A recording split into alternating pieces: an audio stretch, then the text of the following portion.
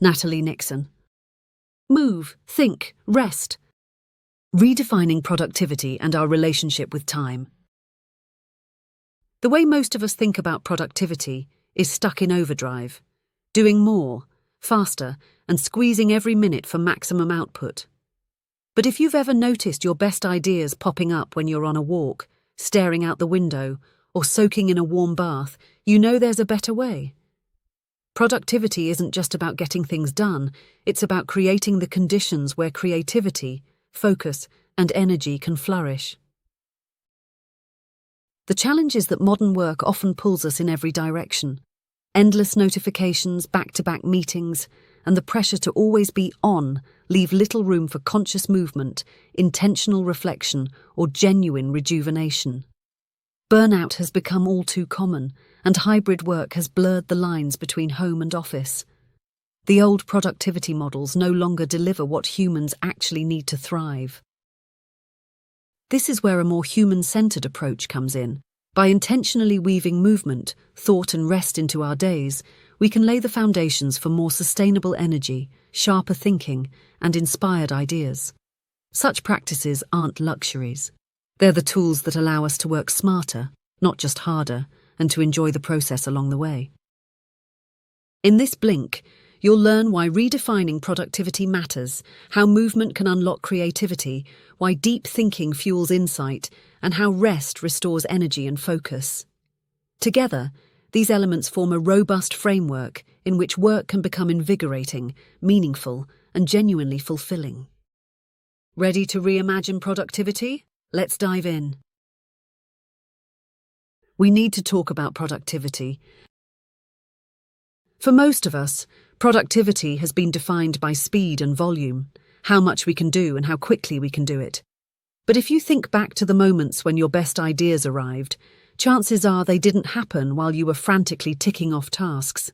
They likely surfaced when you stepped away from your work, playing with your dog in the garden, doodling on a napkin while waiting for a friend, or perhaps while mindlessly folding laundry. Those pauses didn't look productive in the traditional sense, but they gave your brain the freedom and opportunity to connect dots, percolate ideas, and spark insights. Productivity, then, isn't just about doing more, it's about creating the conditions where we can do our best thinking and ultimately flourish. This reframing is especially important today. Much of the work that once required human attention is now handled by machines. AI, automation, and robotics increasingly excel at repetition and precision, which frees us up to lean into what's uniquely human: creativity, imagination, and meaning.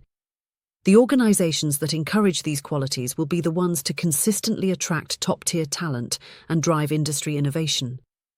However, that requires shifting away from outdated productivity models that prize busyness above all else. But let's be honest, the current approach is breaking people down, not raising them up. Burnout is everywhere. Technology keeps us tethered to work long after hours. Hybrid schedules blur the line between home and office. If we cling to operating in this way, the trend will only continue. What's needed is a fresh framework, one that builds movement, thought, and rest, or MTR, into the daily rhythm of work. One that doesn't position MTR as an indulgence, but as the fuel that sustains energy and unlocks divergent ways of thinking. Shifting towards such a model doesn't mean discarding productivity altogether. It means broadening our definition of meaningful work to include curiosity, well-being, and sustainability. We can think of this model like cultivating a garden. Progress takes time, patience, and attention. We start small, testing and trialing, inviting feedback from others, and letting the practices take root naturally. Over time, the results compound: better quality work, happier and healthier teams, a more innovative organization. When we embed movement, thought, and rest into how we work, productivity stops being a grind and becomes a pathway to flourishing. The point is no longer just to produce more, it's to create the conditions where people thrive, where contribution aligns with fulfillment, and where work feels energizing rather than depleting.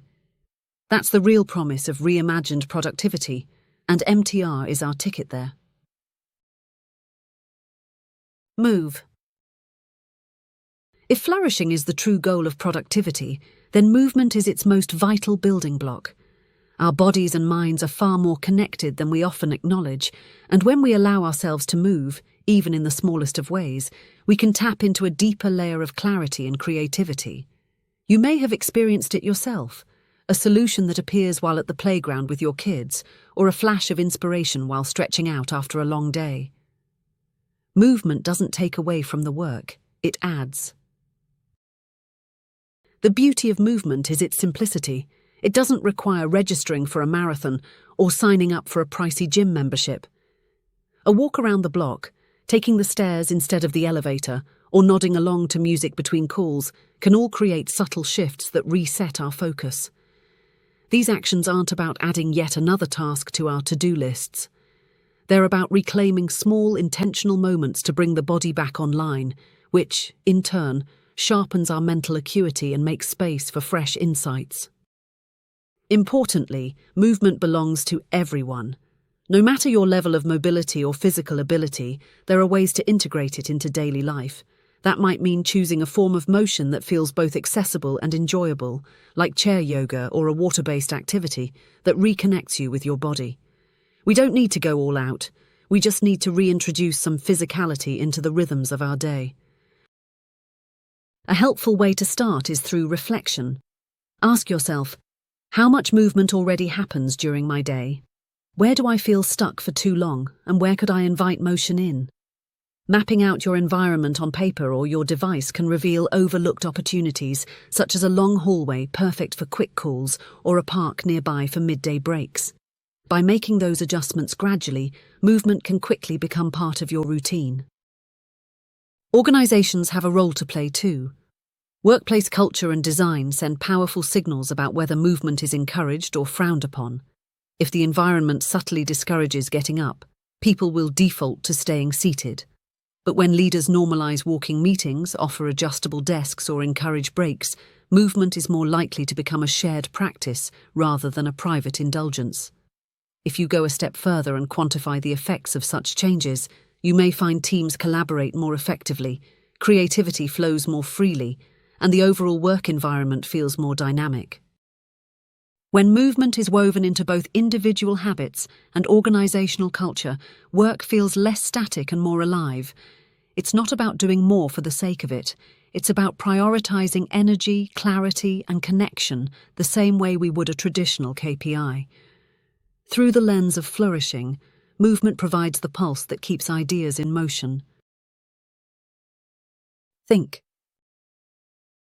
While movement awakens the body, it's thought that truly sharpens the mind. In today's culture of endless notifications and back-to-back meetings, though, space for genuine reflection can often be the first thing to go. We're conditioned to equate visible activity with value, yet some of the most important breakthroughs emerge only when we step away, slow down, and let our minds wander. Reflection isn't wasted time.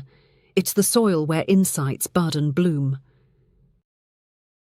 Deep thinking thrives in stillness. For some, that might look like staring out the window. For others, that might look like closing the eyes for a few conscious breaths. Neuroscience shows that the brain can make surprising connections when it's not under immediate pressure to perform. These pauses allow us to imagine alternatives and hone the accuracy of our decisions. Just as movement prepares the body, intentional thought prepares the mind to engage more fully when it's time to collaborate and act. One way to approach this is through inside-out work. This means turning inward first, journaling, sketching, or simply sitting with an idea, before turning outward into group or team conversations. When we diverge in solitude and then converge with others, collaboration can become more considered and grounded. Instead of reactive chatter, we bring clarity, perspective, and substance to the table. The spaces around us matter too. Environments designed with calming aesthetics or quiet corners send a clear signal that thinking is valued alongside doing. These don't need to be elaborate overhauls. Even small tweaks like creating device-free nooks or places for outdoor breaks can help. The goal is to normalize reflection as part of the rhythm of work, not treat it as an afterthought squeezed into the margins. Organizational cultures that reward only visible busyness miss out on the upside of deep thought. By encouraging reflective practices and designing workspaces that support both focus and conversation, they help their employees think more effectively and, ultimately, efficiently. Simple practices make a big difference on an individual level too. Blocking out 15 minutes to doodle or simply let your mind drift can create the conditions for unexpected insights. Paying attention to when and where you naturally do your best thinking, early mornings, long walks, or while cooking dinner, for example, can further aid you in protecting these conditions. When thinking is given its rightful place, work stops being quite so frenetic and reactive and starts becoming more sustainable and intentional. Ideas gain depth, collaboration gains meaning, and individuals feel more connected to their own sense of purpose. In the context of flourishing, reflection is the pause that transforms activity into insight.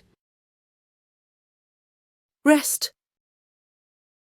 After movement energizes the body and reflection deepens the mind, rest offers the reset that makes both sustainable. Yet in many workplaces, rest is still treated as a guilty indulgence or a perk to be earned. However, the reality is that without time to genuinely restore, well-being erodes, creativity dies, and productivity stalls out.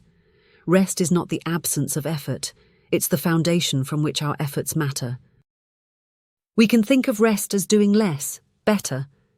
It's the deliberate choice to create space for recovery so that when we return, we're more resilient, sharper, and more capable of taking imaginative leaps.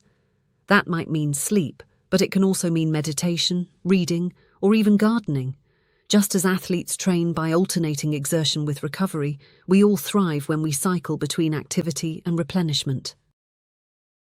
The first step is noticing what restoration actually looks like for you. Do you feel most recharged after solitude, time with loved ones, or engaging in a creative hobby? Reflecting on these moments helps you build a personal recovery toolkit tailored to your individual needs and inclinations. A calming ritual before bed, a mid-afternoon screen break, or a few deep breaths between meetings can all serve as anchors, all under 10 minutes too. When rest becomes an active practice, rather than something squeezed into leftovers, assuming there are any, we enhance both performance and well-being. Organizations have an equally critical role to play. Too often, workplace culture sends subtle signals that rest is weakness, that the ideal employee is always available, always online. Leaders who model healthier, more human-centered boundaries flip that script, taking breaks throughout the day, logging off at a reasonable hour, and actually using annual vacation time sets the tone that rejuvenation is prioritized, not penalized. Structural supports like flexible schedules, quiet zones, or designated mental health days send the same message at scale. Energy and humanity matter here. Again, the return on investment here is very real. Teams that respect cycles of rest and recovery collaborate more effectively, approach problems more creatively, and maintain more energy over the long term. Rather than sprinting until they collapse, they work at a steady, healthy pace that fosters greater innovation, morale, and, yes, output. Rest, then, is anything but an indulgence or something to be earned. It's one of the most human needs and one of the most powerful levers for meaningful, sustainable success. By weaving it into daily life and organizational culture, we can further cultivate the conditions in which people can truly thrive. Such is the promise and power of MTR.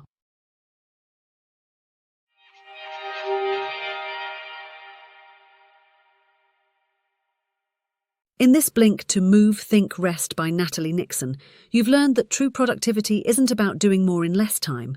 It's about creating the conditions where your best ideas, focus, and energy can flourish. When you intentionally weave movement, thought, and rest into your day, you open space for creativity and clarity to emerge naturally. These practices aren't indulgences or distractions. They're the secret ingredients that make work feel energizing instead of draining.